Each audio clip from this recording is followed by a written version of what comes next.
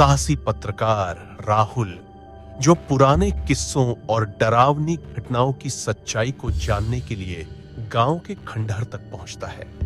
इस खंडहर के बारे में कहा जाता है कि यहां जाने वाला कोई भी व्यक्ति वापस नहीं लौटता। अपनी जिज्ञासा और साहस के बल पर राहुल खंडहर में कदम रखता है, लेकिन उसे नहीं पता कि वह एक ऐसी भयावह दुनिया में प्रवेश कर रहा है जहां छाया का खेल शुरू होने वाला है। क्या राहुल इस रहस्य से खुद को बचा पाएगा, या वह भी उन्हीं लोगों की तरह गायब हो जाएगा जिनका कोई नामो निशान नहीं मिला?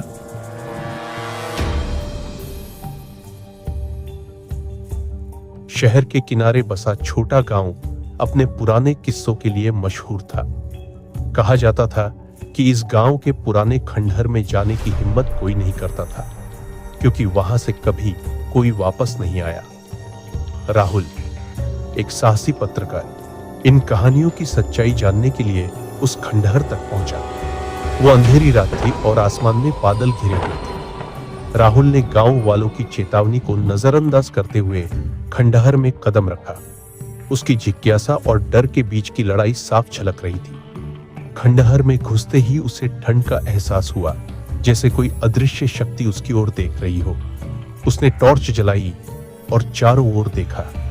दीवारों पर अजीब चित्र और गहरे निशान थे, मानो किसी ने नाखूनों से दीवारों को खरोंच दिया हो। जैसे ही वह आगे बढ़ा, उसे एक कमरे से धीमी धीमी फुसफुसाहटें सुनाई दी। उसका दिल तेजी से धड़कने लगा, लेकिन उसने खुद को संभाला और उस दिशा में बढ़ा। कमरे के दरवाजे पर हल्की सी दरार थी और अंदर हल्की हल्की रोशनी झलक रही थी। राहुल ने झांक कर देखा। कमरे के बीचों बीच एक पुरानी टूटी फूटी कुर्सी पर एक औरत बैठी थी। उसका चेहरा छिपा हुआ था और उसकी सांसें इतनी भारी थीं कि राहुल को उसका हर एक पल महसूस हो रहा था। राहुल ने धीरे से आवाज दी, "कौन हो तुम?" उसकी आवाज कांप रही थी, लेकिन उसके कदम वहीं जमे रहे। औरत ने धीरे धीरे सिर, "कोई नहीं बचता।" अचानक कमरे की हर चीज हिलने लगी। दरवाजे अपने आप खुलने बंद होने लगे और राहुल को ऐसा महसूस हुआ कि किसी ने उसकी गर्दन के पीछे हाथ रखा है। उसने पीछे मुड़कर देखा।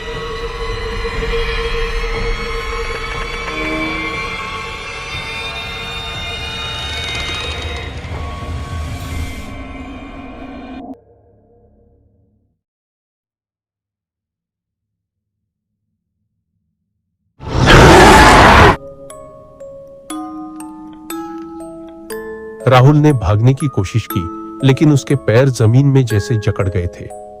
वह छाया अब उसके करीब आ चुकी थी और उसने राहुल के कान में फुसफुसाते हुए कहा, "अब तुम भी मेरे साथ हो।" अगली सुबह गांव के लोग खंडहर के पास पहुंचे, जहां राहुल का कैमरा और उसकी नोटबुक पड़ी थी। पर राहुल का कहीं कोई नाम और निशान नहीं था। उसकी आखिरी तस्वीर में बस एक काली छाया दिखाई दी, वो छाया जिसने शायद हमेशा के लिए उसे अपने में समा लिया था।